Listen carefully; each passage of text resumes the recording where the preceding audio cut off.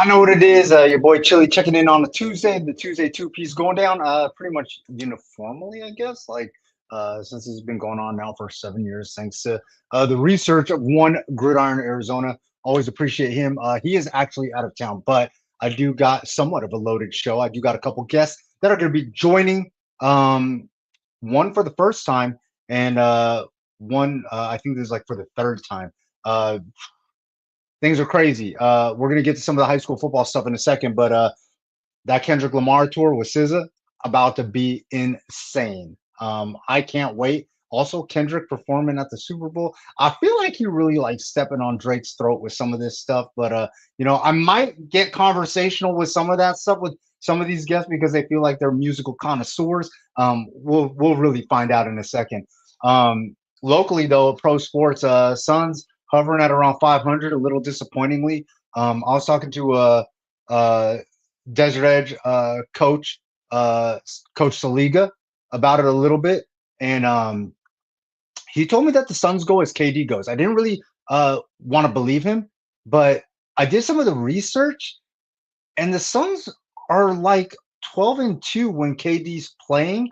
And like I'm like thinking like, yo, dude, this gotta be Book's team. Like he been here like forever. I know KD like a superstar and legendary and all that good stuff, but like I really felt like this was Book's team. And I don't know.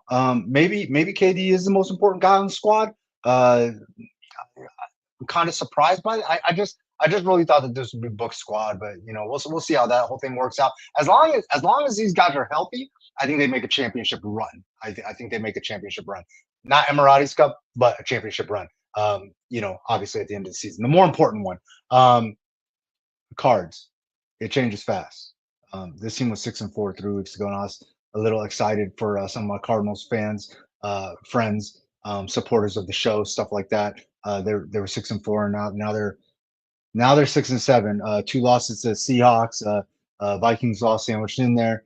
I don't think it's over for the playoffs. They might be able to catch the Seahawks, but it just looks really, really bad right now. So maybe that's not really a thing. I know Kyler Murray was kind of not happy with the situation. Obviously, the QB1 not going to be too thrilled at what took place. So there's that. I did go to the state championship games. I wasn't sure if I was going to make it to all of them, but I was actually able to catch all four of the state championship games in Sun Devil Stadium, uh, Frank Field, uh, Coach Dillingham's house. You know the deal. Um, Speaking of Coach Dillingham, shout out to the ASU Sun Devils doing their thing. Big 12 champions. That's really the thing. I'm definitely I got a guest coming up. I am definitely going to discuss this with him. My man, he knows a little bit about the building, the mystique. He told me some things back in the day, and I think he still believes those things. So I'm definitely going to chop it up with him. Um, but yeah, the state championship games, getting back to those real quick. The 4A game, uh, I was a little surprised. Complete dominance on one side. Mike Mountain really came out. Coach Nugent and his crew took care of business. I think Coach Vaught and ACP had an amazing year. Love what they're building, and they'll be back next year. But boy, did I underestimate Mike Mountain. That running back, Josiah Thornwell, went absolutely crazy to the tune of 4 touchdowns. Really did a thing. The 5A, a little bit sloppy. Lots of turnovers, both sides. Although the stats don't necessarily match the results, I want to shout out my guy, linebacker Joshua Hope House, aka LK.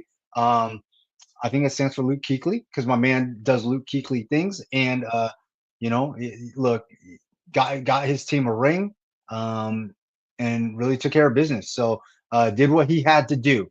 6A, Taylor gets trophy number 8, and everybody's wondering, is that it? Is this the end? I think we're all going to find out soon, sooner or later. I don't think it is. I think he's got more fuel in the tank, and I think he wants to come back to watch these 27s and 28s develop. Mountain View had an incredible run, came to an end, but it's about getting hot at the right time. And Coach Taylor's squad did that. Centennial did that. Nico Boncourt made some super impressive plays. The Utah State commit, super talented wide receiver out there doing his thing. And they got guys coming back, so that's going to be super exciting. What's it called?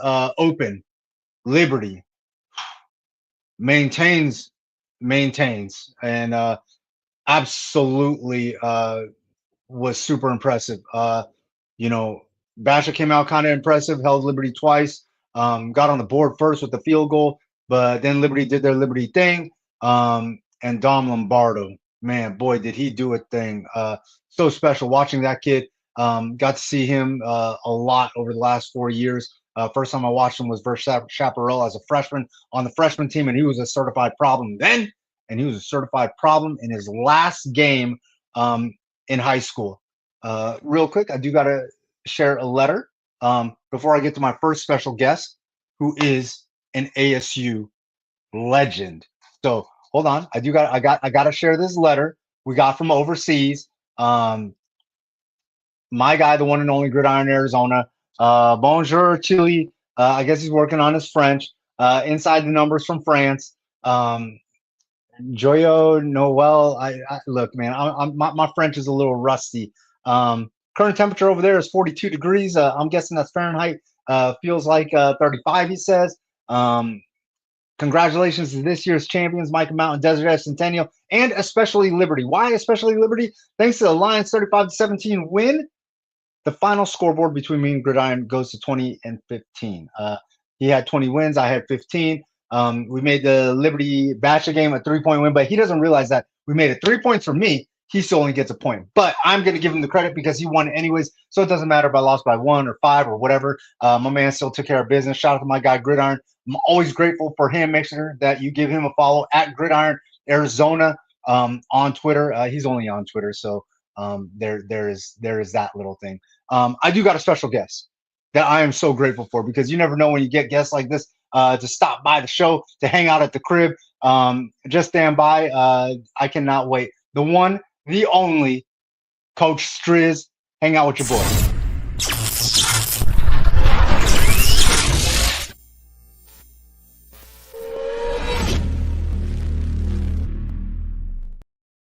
Coach Striz. What's up, man? How you doing? I'm good, man. Look, man, your trophy case got a little bit heavier. I see you repping with all the Compass Prep in the background. Real quick, I am curious. You know, I know you've been trying to get at the coaching thing for a minute, and you found a home at Compass Prep. Interesting journey because you started out intending to just be the OC over there and call offensive plays. Sometime during the season, you ended up absorbing more responsibility and taking on the head coaching role.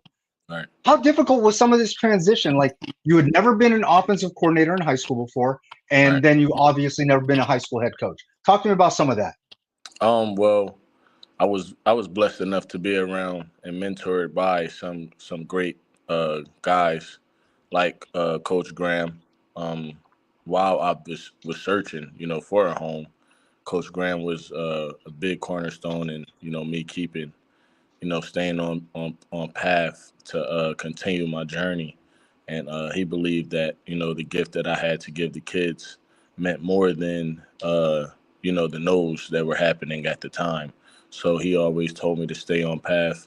And then, my faith as well. I just, stayed a believer in my ability and just teaching the game. My passion for the kids will overtake, a lot of those fears that I had. So, and coming in, starting this program, I was invited in this program, by a friend.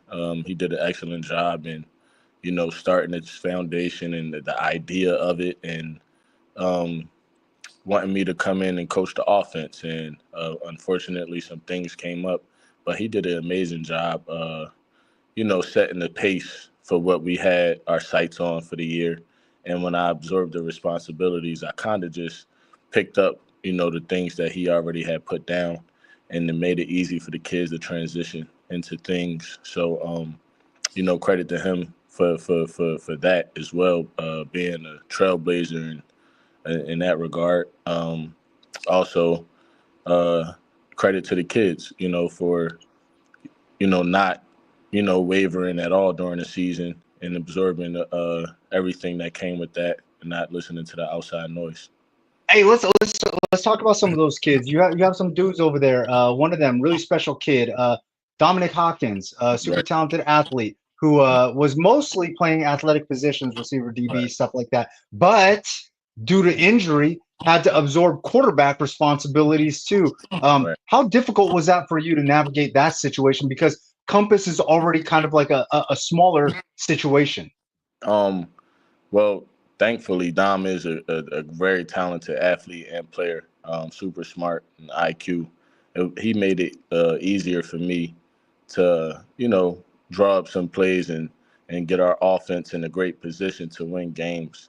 And we had a great group of guys up front that believed in dominating the line of scrimmage to help Dom get to the second level, where Dom could just do the rest.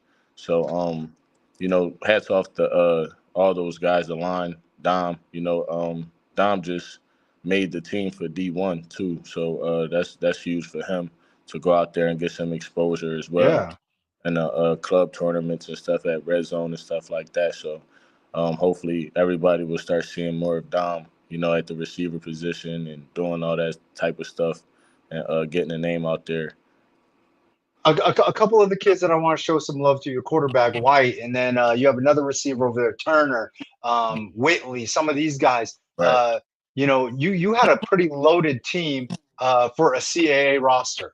Right, right. Yeah, Cash White, came in what was kind of similar situation to myself. I told him just needed an opportunity, and I think he's found his home. He did a phenomenal job staying poised throughout the year, assuming the leadership role and getting the guys to buy in and day out. Even when he went down with injury, he was there every day, in the training room every day. First one there, last one out. So he was very committed and bought in. So, it just trickled down. Saban did an excellent job growing towards the end of the year, stepping into his receiver role. Pharrell is just an athlete, big athlete, just dominates on both sides of the ball. So, and these are all guys that are 2027. So, everyone will get to see them for the next couple of years and see them blossom into the young men that they, I imagine them to be. Hey, and it's not just the kids that are blossoming; the program's blossoming. You're making the jump from 8 man to 11 man, staying Right. in the CAA. What kind of things can we expect as you move forward with the program? Right now we're just navigating and yielding the roster for next year. Looking for guys who just need an opportunity. We're not looking to hurt anybody, step on anybody's toes. But if we have a great program here where a lot of kids suffer from missing credits and stuff like that, so they will make them ineligible at their school for the next following year. So if any of those kids are dealing with stuff like that, they could come to our school and get the credit recovery program and able to boost their academic stuff so they are eligible and able to play and they could play with us. Or if they decide to, I don't know, try to go back and get a hardship, they could probably try that. But we're not here to, make anyone uncomfortable. We're here to help the community, help the kids find, the best opportunity for their future and for themselves. And I think we're doing that here, in this program. And I think that everyone that's in these walls for sure is bought in. And that happening is allowing everyone else on the outside to buy in. Hey, how are you using some of your own life experiences to kind of help these kids understand the process of recruiting and stuff?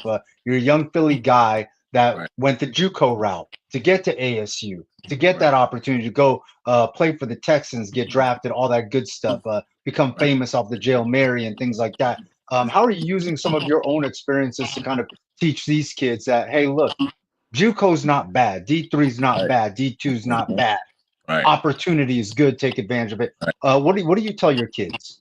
So I tell them that, um, if there's a will, there's a way. If you're willing to go through the grind, there's a way to success. So there's not necessarily a route that you could draw up that is going to happen the way that you envision. There's going to be some obstacles through anything you do. I always tell my kids, I say the grass is never greener on the other side. It's just cut different. So either way, you're going to have to navigate through different obstacles. So going JUCO for some kids, especially in Arizona, that are under the radar, they will blossom at JUCO. So in college, I believe they go JUCO, and then they go to the transfer portal, and then maybe high school because the JUCO guys go through a grind a bit, and they're ready to play, and they know what they're there. They're not asking for much. They're blessed with the opportunities to be there. So I believe that going JUCO also helps you become a young man off the field as well too.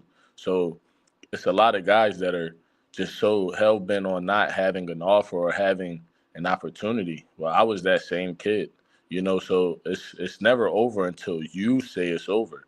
And I want to tell the kids that as long as you have the fight in you to continue to keep on going, then yeah, go to where you're wanted.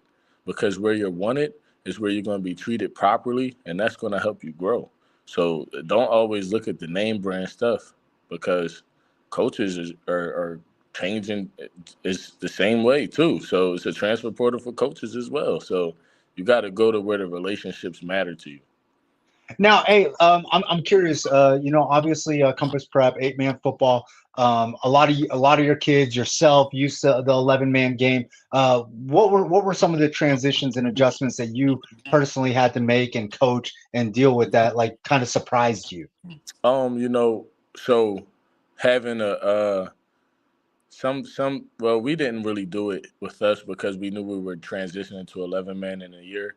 But a lot of some teams that we played, if they lined up in the funky formation where sometimes the center could be eligible, sometimes the alignment is eligible. You got to be alert for making sure that you are looking at the end man on the line of scrimmage and making sure that if he's covered up, then he's not eligible. But you got to be sure that if no one's covering up, the man that snapped the ball could go out for a pass. Yeah, it's it's it's That's it's crazy.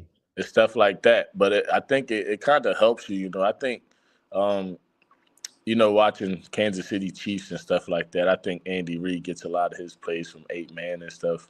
No, Because stop. honestly, I do because of the the creativity in it. You got to be very creative because it's 8 guys on the field, and only 3 of the 8, you can get you have an option to get the ball to. So you have to be very creative. You know what I mean? And I think that watching the Chiefs, I've learned some things from Andy Reid this year as well. Hey, man, I don't even know if you remember, but a long time ago, N'Keal Harry, Ricky Pierce, all those guys, they were still at ASU. Me and you had a conversation in the north end zone by the fence. I asked you, I said, hey, I was like, is ASU on their way to being wide receiver you with you and Nikhil and Ricky and some of those guys? And you emphatically, you were like, on our way. We've been wide receiver you, Chili. We've been wide receiver you. Now Yeah, with the yeah, development of Jordan Tyson and Brandon Ayuk, yeah. do you really believe that? Is that something that you claim when you're out and about in your peer circles? Yeah, yeah, and not just wide receiver you, but it's the same grit and dog in the wide receivers that come here. It's not just good wide receivers. We all have the grit and the dog in us.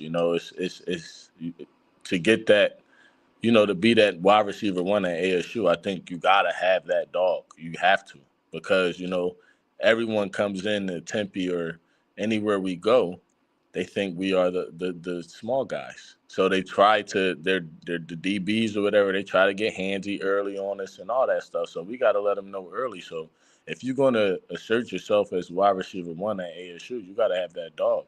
And I think Jordan Tyson has played in the last 3 months of college football. He's been the best wide receiver in college. So Wow. Okay. yeah, yeah, I I like do. him.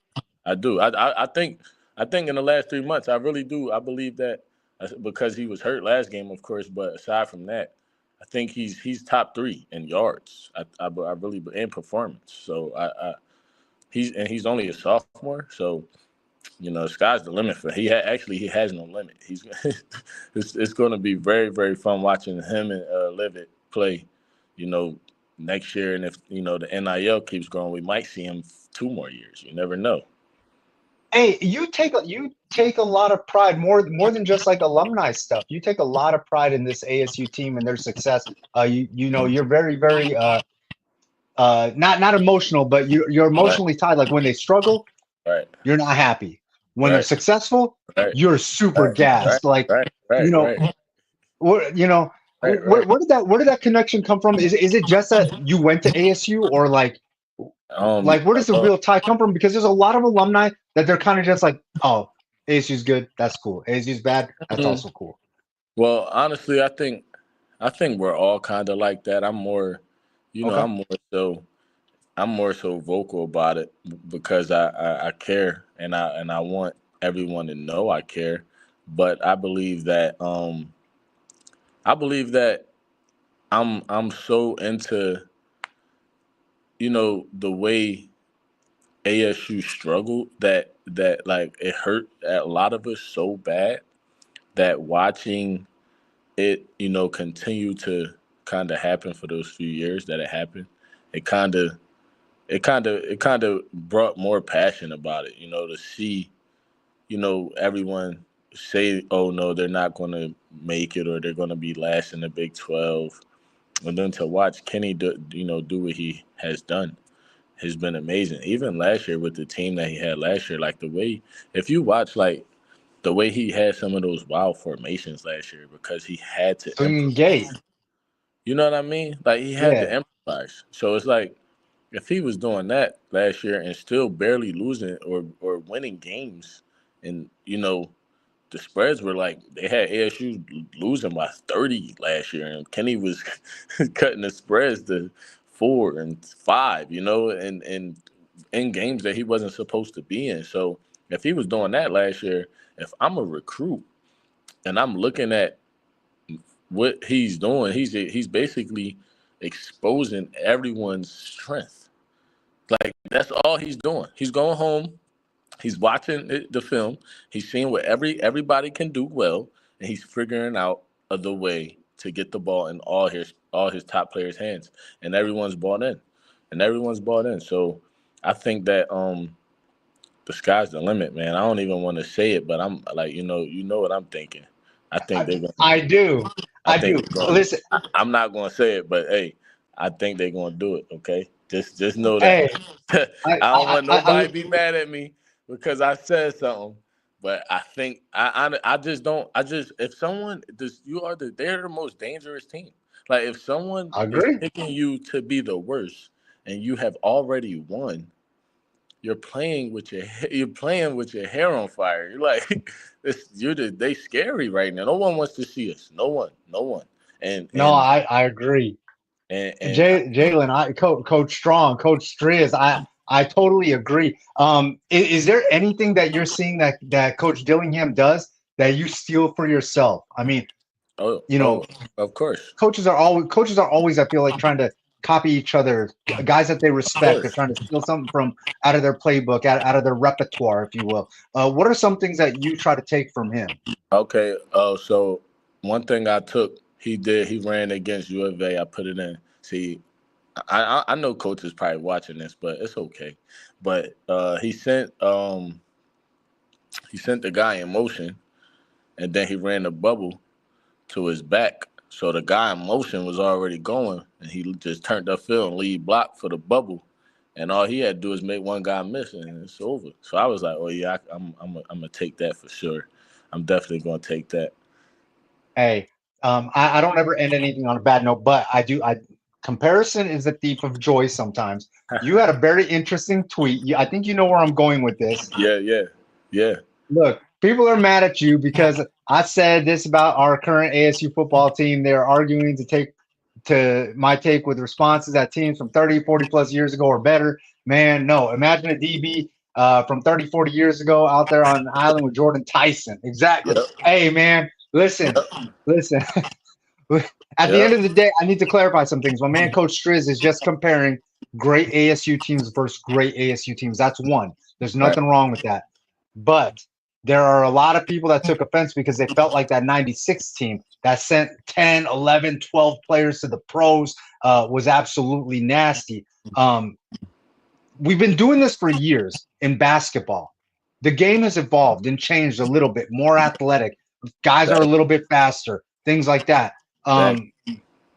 You know, what are some of the things that make this team so dynamic and so incredibly different from teams from the past in general? The way they play together, man. Like I'm telling you, the story alone is just like who. No one was coming to ASU. Kenny was telling guys, we don't have any money for you. I need guys that want to win. And if you win, they gonna come pay you. So it's like that's a you got to think about the kids of today, man. It's a whole lot that goes into this. It's not just X's and O's and stuff like no. He just yielded a whole program who was literally 18 months ago in the dumpster. Like only one that proudly would accept the job and be, smiling like and have and believe. He said it. He said, I'm gonna turn this thing around. He said, give me a couple years. But didn't even take him a couple years. And he turned it around. So that right there alone to yield a whole program. And then if you do want to talk football, I'm okay with comparing teams from 10 years ago. I'm not okay with comparing teams from 30, 40 years ago. I'm just not. Like a good thing that I say is like Jesse Owens Olympic time right now is not even making high school finals. You get what I'm saying? So it's like if you wanna like let's be real. I love Mike Haynes. Mike Haynes is one of the greatest to ever do it in the NFL and at ASU. I love him. They said Mike Haynes. They were saying Mike Haynes, Mike Haynes. I love Mike Haynes, but I'm sure Mike Haynes ain't never seen a rocker step in his life. Dang, You know what I dang. mean? I'm sure he ain't. I'm sure he want to know what that was. As Jordan Tyson hit him with that. It's just like it's just evolution of the game. I'm just saying. That's all I'm saying. I'm not saying that accolades just because they went all the way and almost or a team won it or went all the way. I don't know. I don't know about none of that. I'm just saying watching this team right now that could beat anybody in the nation is the best ASU team in ASU history. That's all I'm saying. That's That's fair. all, that's all I'm saying, man. That's all That's I'm fair. saying. You know? All right, hey, Jalen, before I let you leave, I do got to ask you your opinion on this Heisman situation. I know you was all about Scatterboo. I know that you Hmm. felt pretty strongly that he deserved to Hmm. at least be there in New York.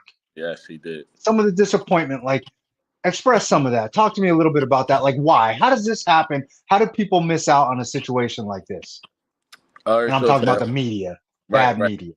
not right. To enlighten some people, it's not really so much um Scat's fault, anybody's fault, ASU's fault. The thing is, you got to look at who's in the Heisman race. Then you got to look at their primetime games. Then you got to look at our primetime games. How many times was Scat on primetime TV? How many times we play on the West Coast? Most of the times, if we play at 7, it's 10 o'clock on the East Coast. No one, they're not writing about Arizona State. They're not waking up, writing about Scat. They're not doing that, and that's what hurts us. Now at the end of the year because ASU has made that run. Now they are talked about a lot, and if we had 2 more months of football, yeah, he would be in New York. But the unfortunate thing is that during the season, when all the work and the votes are being counted and really done, we're not on primetime television. Next year we will be. Do you think if the vote closed after the playoffs? I know you think what you think about NSU and what they're going to do, but do you think if the voting closed after the playoffs concluded, do you Hmm. think Scat would be in New York for the presentation as a fifth player or maybe a fourth player taking somebody else's spot, Yes, for sure. even If if the he just if got the one extra I'm a game? be yes, I'm gonna be real. Yes, if the voting code, that's what I just told somebody. Though I said they're gonna change the thing to they're gonna have to announce it during the semifinals now. They're gonna have to because it's like you have the possibility of keep giving a Heisman Trophy away to somebody who doesn't never go to the playoffs. Are you kidding me? That's gonna take the integrity of the award away. So you have to have someone that is playing in the playoffs that is yielding their team to greatness. I know the Heisman Trophy winner means the best player in college football. I know that. But I think that, they at least need to take it back a few weeks just so the guys that's in the playoffs could, continue to keep their case for the Heisman. Hey, can anybody else wear number 4 at ASU ever Ever. again? Or we got to put that in the rafters now. It's for sure going. I'm gonna be real. It's going in the Raptors for sure. Kenny not letting nobody touch that number.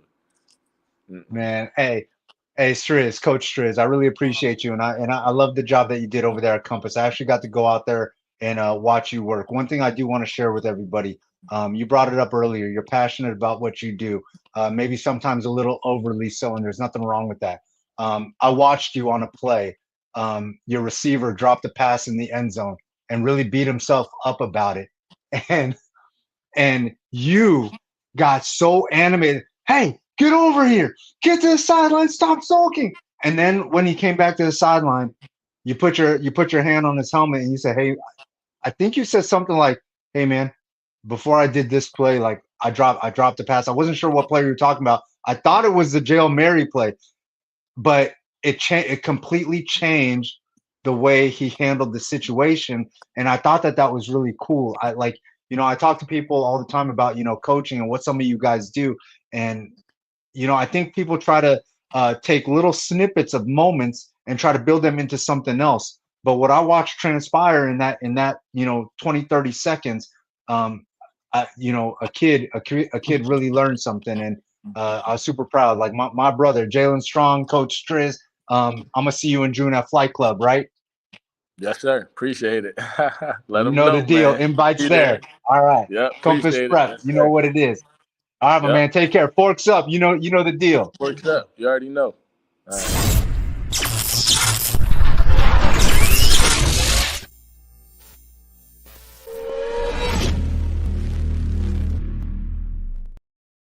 From one coach building his legacy to coach of the year.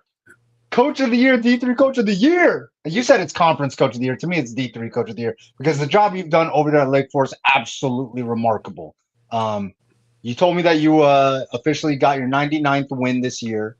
I know over the past few years, 3 years, since the pandemic, I believe you guys have been 26-6 and absolutely killing on an incredible tear. Two playoff appearances, and climbed three playoff appearances, and climbed as high as 11 in the rankings this year. We were actually 8 in the MPI rankings Okay. this year. Yeah. Okay. The last I saw, the highest I saw was 11. I tried to keep track, but you guys were so volatile with all the wins, stacking up all them dubs and things like that. Yeah. Hey, you always, Coach Cat, Lake Forest head coach, you always credit your ability to recruit here in your southwest suburb of Arizona as part of the reason that your team is so successful. How did you build that pipeline out here, the relationship with Arizona? Yeah, man, it started with a good group of parents that really helped us get it going because when I first got to Lake Forest, we weren't even allowed to go on the road recruiting. It was like a league rule. We had to stay on campus and just phone call kids. And we got a kid from Bastion named Steve Yenna. He ended up being a 2-time team captain, double-time all-conference player for us. That led to a kid from Desert Vista. And then the next year, those parents helped us recruit about 8 kids. And then it kind of grew from there.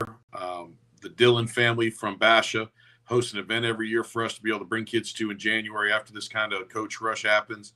And I also think the coaches have done a great job embracing us. We said we were going to do this. We're going to do it right, treat their kids right, make sure they graduate, come for all 4 years, not leave after a year, things like that.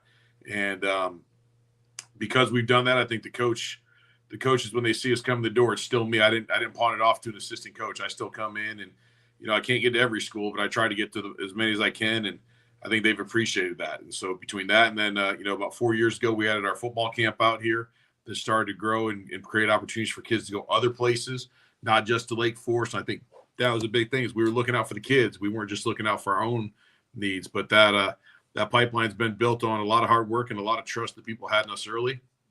And I think we've done a good job keeping that trust. And I think that's the important part. Hey, and very uniquely, before we get too far into this, and I possibly forget, which I wouldn't, but before I possibly forget, I do want to bring up a situation. One super special athlete that you have on your roster currently, AJ Jackson, currently up for this award, D3 Player of the Year. This is a kid that you were able to snatch and get out of the hands of some D1 schools.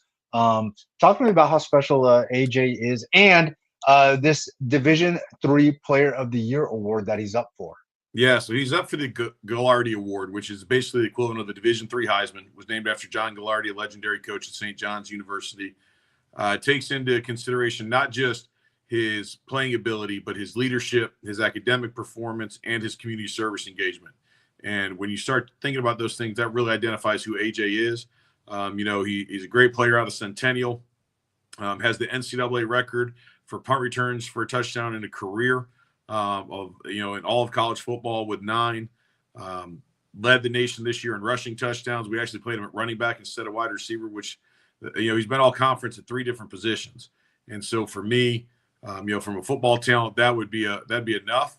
But the person that he is and the way that he carries himself is something that every player should strive to be like.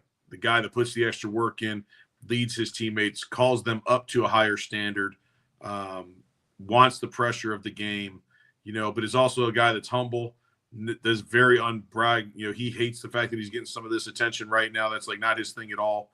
But yeah, he was a guy that had Division 1 AA offers and Division 1 PWO offers, but he found a place that wanted him more and had a plan for his development, had a plan for his future, and chose us. And we're glad and grateful that he did. And, he's a relationship that I'm going to have for the rest of my life. This is not, he and I are pretty darn close, and other players we get close to. And I think that going through the pandemic during COVID, AJ having an injury that required surgery, at the beginning of his junior year, and going through that process with him, I just think he's a guy that is.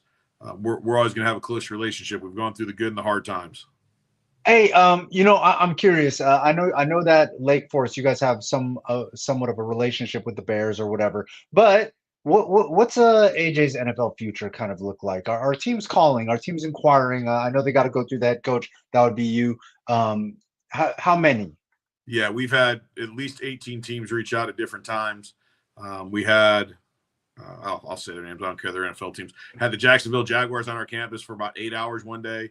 Watching AJ. He'll be involved in the NFL Pro Days this year. He'll do 2 Pro Days. Okay. He'll do one at probably at Northwestern University, where they do kind of the big Chicagoland Pro Day, and then he'll do another one of his choosing.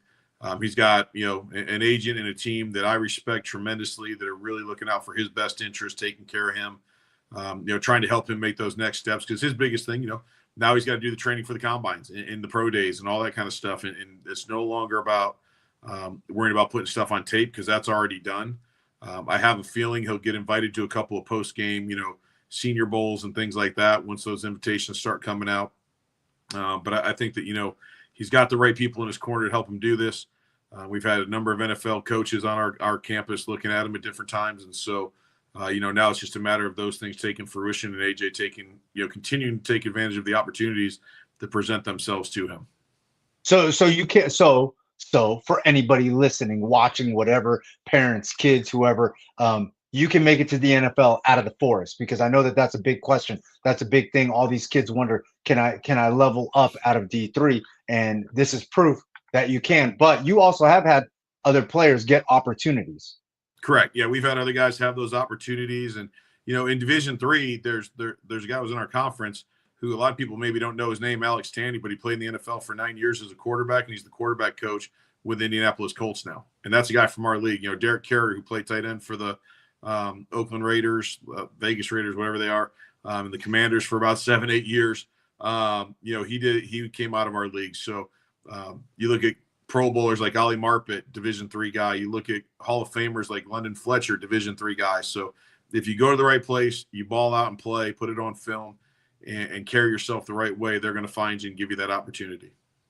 Now, also, I know AJ is a kid that, could have jumped in the portal and found a home elsewhere, chose to stay at Lake Forest, ride it out, and he's still going to get some of these NFL opportunities. But in the ever-changing landscape of college football, there are kids that wonder, like, if I go D3, can I jump in the portal? Can I get another opportunity? How will these teams help me? I can't speak for every D3 school out there, but I do know my guy, Coach Cat. If that is really truly a dream of yours, and you're just trying to level up and get that Division 1 opportunity, I know that you're somebody that would take that time, use your resources and connections to try to help a kid after 2 years if they can prove they can do that, right? Yeah, Like, I mean, we did that with that's what AJ. we're navigating. Yeah, we did that with AJ and had that conversation of, hey, you've graduated. Do you want to? You've got this extra year and a half of eligibility. Do you want to go and try to take it? And he didn't. He wanted to be there and win another championship. And I think that one of the things that if you approach college the right way and you create the relationships, your coaches are going to do everything they can to help you reach your goals, whatever those goals may be. And if they can do it on their campus, they're going to do it on their campus. If they can't, they're going to help you get the right people. And I think that one of the things that, if guys go into college wanting to transfer, that's probably not a good thing, because they're probably not going to, pour into the program they're in themselves the way that they need to develop early. And those first 2 years of development are the most important in getting to that next level of whatever that might be. But again, you don't need to transfer. If you feel like you need to, the right coach will probably help you with that. But I also find that, you become close to your teammates real quick in those first 2 years of college. You don't tend to want to leave them. And I think that's an important piece of it too, is like, why are we playing football? Why are we going to college? The NFL opportunity is one thing, but the education, the camaraderie, the personal development that you're going to get, that's far more important than, just that last game of football you're going to play wherever that might be. Hey, and another question that some of the kids have asked is, D3, but Chile, are there NIL opportunities and things like that? Like, can we make some money on the side, like the kids at ASU or wherever else? The reality is you actually can, correct? Yeah, there is. There's a lot of groups that are helping guys do that right now. Open Doors is a company that actually just did a Division III bowl game, but they have the opportunity for people to sign on to their services and do different things to do that. But you gotta put yourself out there and be willing to put the work in. If you're willing to go out there and hustle a little bit, you'll be able to make some money. It's like any other thing. And if you're not, you still got to go play. You got to have some personality. I think that you think about a certain running back at ASU right now. It's not just that he's really good at football; he's got the right personality for it, and He's engaging and he's endearing, and people want to talk to him, and they're inspired by the way that he communicates and talks and the passion that he brings. So if you're that person, those opportunities can present themselves to you if you have a mind for that, and there's things that you want to do. Hey, there's been like some change over there at Lake Forest. It seems like it's a very wavy place, very vibey now. Like I stepped foot on campus years ago, and it was cool. But now it seems like it's gone to like a whole nother level. Talk to me a little bit about that, and obviously success brings some of that. Yeah, we've had a great support from our alumni and our administration, and we've done a lot of building on our campus or restructuring. You go into our weight room, our locker room, it looks nothing like when you were there. Brand new locker room, redoing the weight room, looking for other ways to update our programs and our institution to keep it going, moving forward, to give everybody that we have in our program the best available with the resources that we have. We built a new science center on campus. We've redone a couple of dorms. And so a lot of times we're just trying to make the living environment, the educational environment, the athletic environment better and better. And so, we've got great vision for the future. I think there's a couple of things in the works that over the next 4 to 6 years, that when we get those done, it's going to take us to even that next level. But we're in an area where there's great support, there's financial support, there's leadership that cares. And the more that we have that, the better we're going to have. And there's guys like us that have been around 20 plus years that we get to, kind of look at and be like, man, you remember when all we had was this? And now I look at the stuff we have and I'm like, it's like having 2 new Mercedes and one of those Tesla trucks. So it's kind of cool. Dang, I love that. I love to hear that. Other things that I love to hear is, we spent the weekend in Sun Devil Stadium, Frank Cush Field, Coach Dillingham's house, and there was cat calls being made. There were literal cat calls because you're making cat calls yourself, and then there were actual cat calls from the stands. We'll get into some of that in a second, but I want to break down some of these games a little bit, things that might have surprised you or whatever. Starting off with that 4A game, Micah Mountain ACP. Did it go the way that you expected at all? Were you a little bit surprised like myself? Yeah, we've been following a couple of kids on both teams all year long. And, I think that there was maybe 1 or 2 players that we were paying really close attention to, and they maybe even exceeded our expectations, playing at a really high level. I thought that, both teams played with a good fired up, mentality. I think the injury during the game really was an emotional blow for ACP, and kind of getting themselves back into it. But I thought it was a good game. It probably went the way that I thought it would. To be honest with you, I'm not a betting man, but if you're going to make me make bets at the beginning of the game, it probably went the way I thought it would. I thought that Micah Mountain's offense was really explosive and very consistent, and they were really good both at running the ball and throwing the ball. And I think that when you have that kind of combination, it's really hard to stop, and it travels well in playoff games. Yeah, real TNT offense. Thorson and Thornwell, both of them absolutely balled out. Moving on to the 5A game, Desert Edge, Cactus. Look, it got a little sloppy. That second quarter was seemed like it was like forever, and then the third quarter seemed like it was forever. Your thoughts on that game? Yeah, I was actually busting the chops of the ASU field maintenance guys, told them to go dry the grass off because it was making the ball a little too wet. There's a few, a little bit of ball security early in the game that caused some gaps in some plays, a couple of explosive plays in the passing game for Desert Edge. I thought it was a good game. I thought it was a tough game. I thought one of the things that was really impressive was Cactus never quit. They kept fighting in that game despite and you saw it at the end of the game, despite that bigger gap. Sometimes in championship games, if somebody gets out ahead like that, you start to see them fade away, and they did the exact opposite, kept fighting all the way through. And I thought that, Coach Bellis deserves to be commended for the way that his team fought and played through that. I know they won't be happy with the consolation prize, but, I think that there is something to say about a team that fights that hard, even when the score has kind of gotten away from them that late in the game. No, for sure. I thought Coach Bellis did a great job late in the game, making sure that his guys didn't check out. I thought that Coach Crossland dialed up a lot of good plays offensively. Some of them just didn't work out. But the job that Coach MacArthur did for Desert Edge all season long, having to rebound, obviously, after losing the Carter brothers, his quarterback, things like that.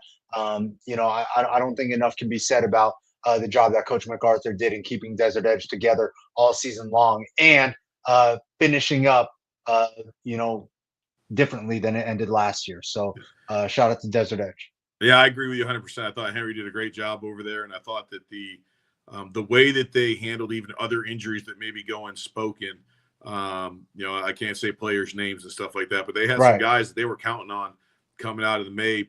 We came out here in the Jamboree, and some of those guys, torn ACL here and broken this here, and they continued to reload and restock. And I was at one of their practices during the week leading up to it. I know they had a bunch of guys banged up and sick, and we're really having a hard time practicing that day. And for him to continue to lead those guys forward and get that, like you said, that is absolutely to be commended.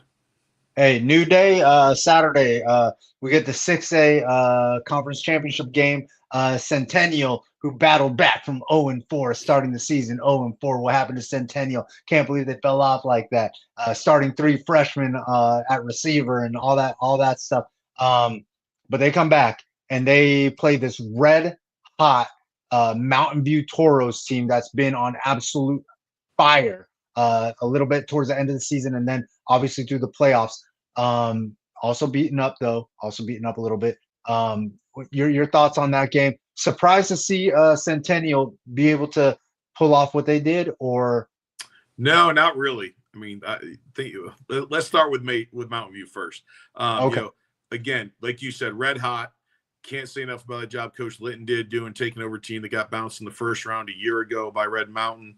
They were a hungry team in the spring. You could see it. Their focus was high. When Coach took over that program, you could see that he was really, instilling confidence in them every single time that they stepped onto the field. And that was something that I really appreciate about what he did. You could see there was a tangible confidence that grew throughout the season with that team. With Centennial, I am never going to doubt the Centennial Coyotes ever. And it's because of the number. We got 10 guys on our team from there. And so, when you got things like that A.J. Jackson we were just talking about, he's a Centennial guy. And, Coach Taylor, he's been at this a long time. And the coaching staff that he's assembled up there, whether it's Coach Carter up there with him or, Coach Thiele or Coach McDonald, any of those other guys he's got there, young Coach Taylor, like they're at it, man. They're going to go after it. They're going to make sure the team's prepared. And again, they're a team that was like, you could hear Coach Taylor the whole time, patience. It's going to be okay. Let us get fully healthy. Let us get our whole team together. We're going to be just fine. And, they kind of pulled that same kind of thing that, Red Mountain pulled a year ago where they got hot at the right time. And you know, it was fun for us because we've got a couple commits already from Centennial, and going out there and watching them and seeing that play at a really high level. That was a lot of fun for us to watch. That's for sure. Hey, a couple years ago, I brought up that they kind of found Coach Shelley's kind of found the fountain of youth, revamping his offensive coaching staff with Coach Lee and Coach Gata and guys like that. Over the past few years, are you kind of surprised to see the route that this offense has gone, kind of opening up the pass game a little bit more, using more receivers than they've used 10 years ago, maybe even like 5 years ago? Some of that stuff surprised you? Not really, man. When you see the talent they got out there catching those passes, I'd find a way to get those wide receivers on the field too, man. That was pretty special out there. But I think that every coach that's a good coach is constantly reinventing themselves. I think they have to really take a moment to say what I did 2 years ago is probably not going to do it, because those other coaches I play against are still watching that film. They know how I handle those situations. So what's my next move? It's a constant chess match. It's not a linear coaching career. You really have to take those moments and adjust. And if the adjustments aren't making, you got to find another way if you want different results. Okay. And then obviously we close this thing out with the Open Division Championship game, Clash of the Titans, Liberty versus Basha, what everybody wanted to see. And I think I was surprised. I was surprised. Not so much that Liberty won, just the fashion of which they did it, the way that they were able to kind of just force their will on Basha. I was surprised. Were you surprised? I thought it was going to be two really good teams, and I thought momentum could go either way, and I thought momentum was going to play a big part in it. I think that the early injury over there for Basha really took away a little bit what they'd kind of been ready to hang their hat on in that game. But I thought that the run game and the commitment to it that you saw from Liberty, even after a turnover early in the game, and maybe some runs that were getting stopped for 2 yards. One of the things I think you tell your offensive line at the beginning of the game as a coach is 2-yard runs in the first quarter turn into 6-yard runs in the fourth quarter. We just got to keep going at it and hammering the wall. And I thought that was something that you saw Liberty do. Again, Basha, another team that just fought the whole way, kept trying to do. They'd have these uncharacteristic mistakes happen. I think this was probably the game that Coach Mack is going to look back and say, okay, we can't have these moments of, we're at 2nd and 5 and then we get a penalty, or we jump off sides, or get a holding call or something like that, and push ourselves behind the sticks. But I think it was two really talented teams, put out a pretty entertaining game. I thought there was a lot of aggression, a lot of passion, a lot of hard hits out there. Physically, I thought it was a really good game. I thought that there were just things that both teams probably would like to have done a little bit better, but Liberty made the fewer number of mistakes on Saturday. And again, both teams, kudos to them for getting to the Open Championship. That is not an easy thing to do. I've been to both schools in the last week. And, one of the things that is unique about this playoff set we have out here in Arizona, not everybody has this top 6, top 8 open. And to go in there and have to play those extra tough games leading up to the Open Championship, you got to be on point every single week. You can lose bad. And I think that's something they deserve a lot of credit for as coaches and players and programs. And, when you think about the fact that these guys have played, the guys that are seniors played 30 games in the last 2 years, that's a heck of a lot of football in high school, and they should be really proud of their accomplishments. Man, hey, Coach Thomas and Coach Guinea, like I know, like publicly, it doesn't seem like I give them a lot of credit for their accomplishments and the things that they've done. Although last week I did say that if Coach Thomas wins another one, meaning this past one, that I don't know how much he has really left to accomplish on the high school football stage in Arizona. And the last few coaches that I've seen win 3 in a row, they're all currently coaching in that same building. Coach Mons, Coach Iguano, and Coach Regal. So I'm just not sure. Like I love what Coach Thomas is building, just because I love watching a good dynasty. That's me, Yankees fan, all that. Would love to see the Knicks get it. Probably won't ever happen in my lifetime, but it is what it is. You kind of brought it up a little bit, the Open Division and stuff like that, but I'm curious, what are your thoughts on the state of Arizona football versus the rest of the country? Because I do know that you go out and you recruit other places and you see things elsewhere. Where does Arizona really stand? For me, what I've seen, and all I've seen is stuff on the 7th Circuit, camps, things like that, the national stuff. I genuinely feel like, and this is all bias aside, I genuinely feel like Arizona's got to be a top 10 state for football. Like, I think that there's so much talent out here that goes overlooked or underappreciated or whatever, under recruited. I think that if you took, I think the easiest way to do it would be if you took the top 50 players from Arizona and had them compete with the rest of the state's top 50 players. I think Arizona would place somewhere closer to the halfway point of that top 10. Yeah, I mean, you're not going to get an argument from me. The guy's got 47 guys from Arizona on his team. There's yeah, you have to get a right? tattoo soon. We're working towards it. We got to get to 48 and hold it, man. So we here's what I'll tell you. I think if you were to take some of the states, especially if you break down the population, right? If you're comparing California, that's got 5 times as many people as the state of Arizona does, they're drawing from more people, and so maybe, like you said, the top 50. I think Arizona will be right up there. I think you're going to have Georgia, Florida, Texas, California, Ohio, Arizona.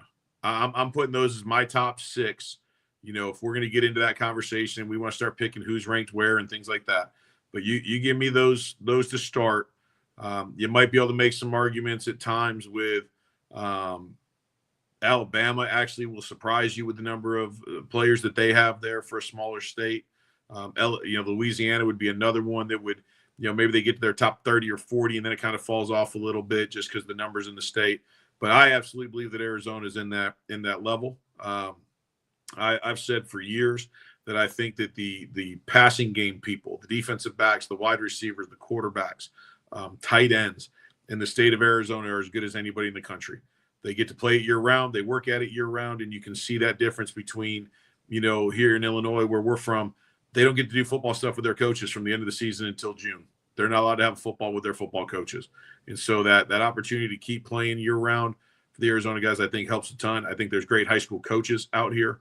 It doesn't matter what school you go to. You're going to find some really talented coaches from the single A all the way up to the 6A. And I think that helps as well. And so I would definitely put them in the top 6, top 7 for sure. Hey, Coach, listen, we went through all the business stuff, some of the fun stuff, though. You've clearly established a second residency here in Arizona. You're borderline an Arizona boy yourself.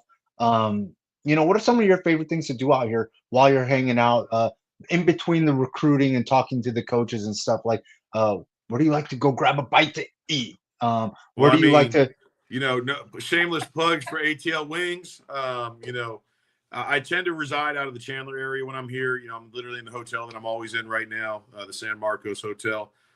So downtown Chandler gets a lot of our money because after I get done meeting with everybody hanging out by the hotel, there's a bunch of restaurants here, Santan Brewery, the Distillery, all those places down here. But, for me, man, there's some simple treats too. Like we don't have an In-N-Out Burger out by us. So, I'm going to grab a couple double doubles at some point and have that happen. And, you guys, we got some Grimaldi's here. So that gets me back into my New York flavor. I try to hit some of those spots, but I'd love to tell you that I come out here on vacation and spend some time doing other things. But I literally last night, we got done at 4:00, right into meetings with players at the hotel here. And we want to get to know them at a much deeper level. So when I'm out here, we want to spend a lot more time talking to them than just the, half hour we might get in the school or something like that. So I want to spend time with their families, get to know them, and kind of go from there. No, I think for me, the question was more geared towards, a lot of Division III coaches now are passing through Arizona. You don't pass through Arizona. You literally stop, drop, and set up shop here in Arizona. By chance, by accident, somebody could bump into you at a Barro's Pizza because you know about it. An ATL Wings, obviously, because one, I just took my Coach of the Year friend to dinner over there. Shameless plug. Just so everybody knows, got the Blue Magic in here because everybody's always curious, like, hey, Chili, what are you drinking on? Because sometimes we're super curious about some of your takes. We're wondering how loaded your drink is. This is just a Blue Magic, pure Kool-Aid. You know the deal. But like, go to Tucson. We hit a Nico's for some burritos. You can hit a Filiberto's, you can hit Valley Luna, some of these Mascadores, places like that. So like for me, the point of the question was really just to let everybody know, like Coach Cat's really one of us.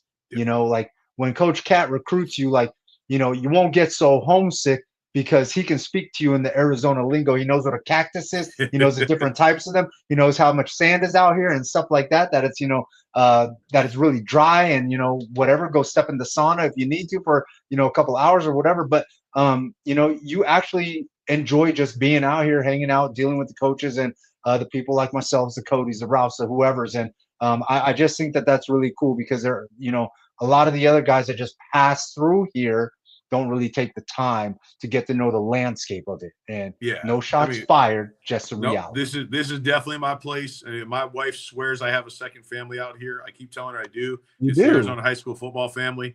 And again, like you said, where there's guys like Gridiron, guys like Ralph, everybody through the years has been so good to us, and we've tried to be good back to them. And but yeah, if you want some secret spots, man, JD Campbell's up in Peoria. That's one of my spots. That the Ranch Hand Skillet for breakfast is probably the best breakfast food in the state, and I'll stand on that.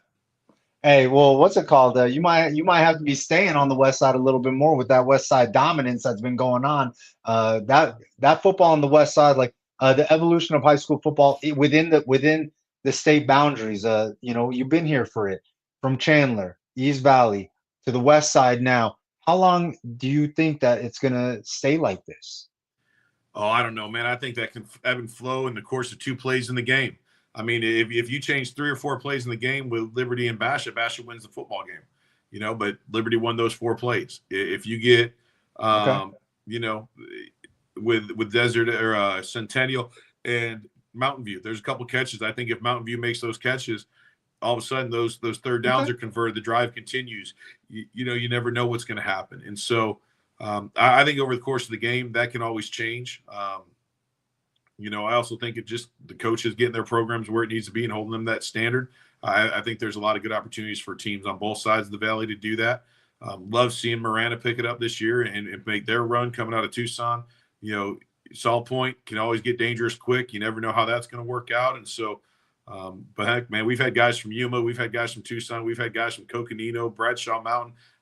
The football in the state of Arizona is good from north to south and east to west. So.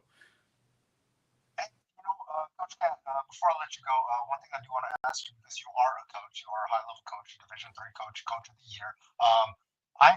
I'm curious.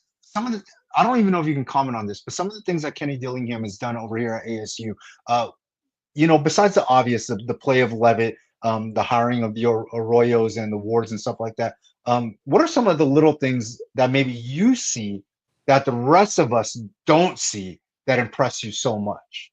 Yeah, I mean, you had Coach on earlier, and he talked about the kind of the energy and the passion, taking the guys that were gritty and not necessarily doing it for the money and things like that. I think one of the underlying things that helps him navigate those players is he has hired several really successful high school coaches. And you get the good Guanos, you get the Jason Mons and the Charlie Regals and guys like that have that background. They know how to motivate the least of the players. They've had to motivate the talent that wasn't 5-star. They've had to help those guys. And so being able to continue to speak that language with them and motivate them when it's not just about the money, it's about playing the game and the passion. I think that those guys can really help in that cause with him. I also think that he's been pretty blunt. I mean, he gets out there in the meeting. He's like, Sun Angels Collective shirt on. He's telling people, this is what we need. If you like this, you have to help make this keep happening and put your money where your mouth is, pay the man his money, whatever line it's going to be next week. But, I think that what he's doing, he's being very upfront and honest of like, if you like this and you want this to continue, this is what it's going to take. And being blunt with that and being out there with it. I think there's an authenticity to that. I think there's a passion to it that people can't deny. But I do think he did a great job assembling his coaching staff. Really passionate guys. Like one of the things I notice about them, and you don't see this at every Division I place. I've had a chance to go to probably 30 Division I school practices over the last 5 years. Their passion for their players, their relationship to talk to them as humans and develop them beyond just football. That's not normal everywhere. And I do think that part of that comes from Kenny's background, but it also comes from the coaches that he has in the building that's always been who they are. Sean Aguano and Jason Mons are guys I recruited from a lot during their time. And their players and their relationships with them were always so close, even as the head coach. And I think that when you bring that into the building, those people don't change how they're motivated, how they coach, how they interact. just because they're wearing a different logo. And I think that bringing people like that into the building, I can say the things about Coach Ward and some of their other coaches too. Yeah. This is not just those guys, but the way that they approach their players as people and parts of their extended family and treat them that way. I think that's something that's really special. And, as a guy who's on the outside looking in, I have no betting interest in ASU or U of A or anything like that, but you asked me about ASU. So that's the one that for me, things that I've noticed for sure. Hey, Lake Forest head coach, Coach Catanzaro out here making the cat calls in Arizona. I really appreciate you hanging out, man. You're one of the cool coaches. I remember you were shopping on the sneakers app for Jordans, the 11s, not the weird funky Jordans. There were drops, man. There was a drop. For sure. We had to shop. Yeah, no, for sure. I love that. Talking about Kendrick Lamar, Drake beef, and all that good stuff. Which, by the way, Kendrick Lamar is miles ahead in that. Like, just so we're clear, like that's not even a thing anymore. Drake's just punching the wall right now, like wondering like what to do with the rest of his career. With his millions, though, with his millions. But that Kendrick Lamar concert tour that's going on. Is Coach Cat going to be in a building for one of those? Like, are you going to go watch Kendrick and SZA? We're gonna have to see where it is in Chicago, and there's we'll say it's 50-50 right now. I got Okay. my wife will definitely want to go, so we'll just have to see what what Yeah? venue it's playing at. Oh yeah, Yeah. Okay. Other Coach Cat. Actually, she's not other Coach Catanzaro, but she is a coach. Yep. She's a coach. She's the So- Coach Cat. Just if you ask her, The she's Coach the Coach Cat. The Coach Cat. So the Coach Cat is a hip hop head. Oh yes, absolutely. Wow, man, I My love first that. interaction with her was her doing a karaoke to Tribe Called Quest. What? Not like one of the No. ones that everybody knows. What? And I was like, I don't know who she is, but I'm gonna get to know her. So that was one of the first ways she impressed me with music, man. I love that. Hey, before I let you go officially, were you hyped that you got some new music from Kendrick and J. Cole recently? Like, are you bumping any of that stuff? I mean, I've been driving around all of Arizona, and if you let the windows get down, you'll either hear that or Nas right now, because I still got to play Nas.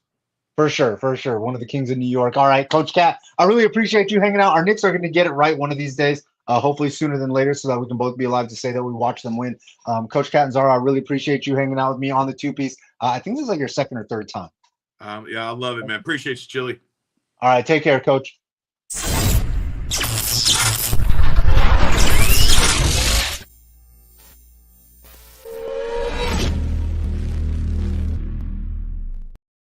Oh man, full show. Two great coaches, super grateful. Next week I get Gridiron back. I'm super excited. Got to shout out my guys over there, ALL.net. Is it right there? ALL.net. The insurance company taking care of your boy. You know the deal, sponsoring Flight Club.